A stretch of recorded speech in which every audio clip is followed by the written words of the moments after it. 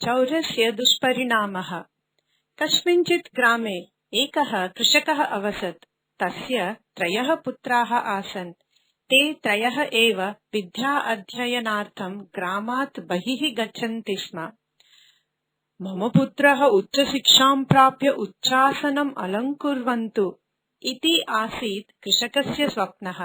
कृषकभार्या अपि स्वपुत्राणाम् अध्ययनं प्रति विशेषरूपेण दत्तावधाना आसीत्। शीतकाले सा स्वपुत्रेभ्यः तिलमोदकानि अरचयत्। अधिकानि मोदकानि हानिप्रदानि भवेयुः इति विचार्य सा एकस्मै पुत्राय एकमेव मोदकं यच्छति स्म। अन्यानि मोदकानि सा मञ्जुषायां स्वनियन्त्रेण स्थापयति स्म। एकस्मिन् दिने सा अपश्यत् यत् मोदकानि तु न्यूनतराणि एव अवशिष्टानि। कोऽपि पुत्रः स्व अपराधं स्वीकर्तुं तत्परः नासीत्। ततः कृषकः स्वभार्यं मोदकानाम् उपरि निम्बपत्राणां रसं क्षेप्तुं कथयत्। सा तथैव अकरोत्। विद्यालयात् गृहम् आगत्य 3 एव पुत्राः भोजनं खादन्। ततः 2 अग्रजौ स्वगृहकार्ये संलग्नौ अभवताम्। किन्तु कनिष्ठस्य पुत्रस्य मनः मोदकं खादितुं करोति स्म। अवसरं प्राप्य सः मोदकम् अखादत्।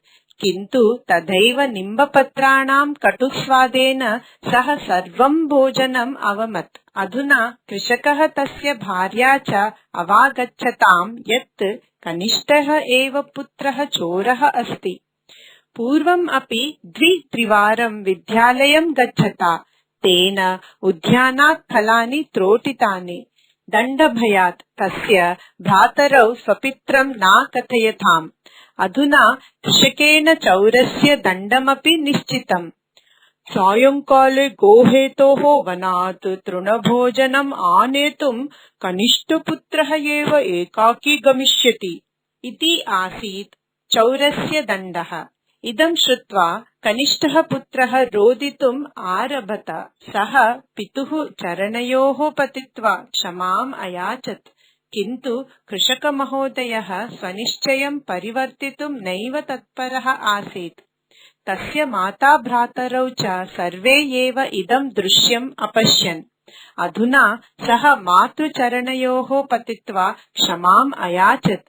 सः पुनः अब्रवीत्, अहं निश्चयं करोमि यत् कदापि अहम् ईदृशं निन्दितं कार्यं नैव पुनः करिष्यामि इति। अधुना तस्य माता कृषकं स्वपुत्रं क्षमां कर्तुं प्रार्थयत्।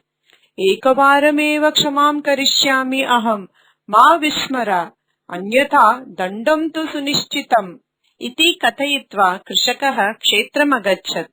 3 एव पुत्राः अधुना स्वाध्यायने व्यस्ताः अभवन्। एवं चौर्यकार्यं तु निन्दनीयं भवत्येव।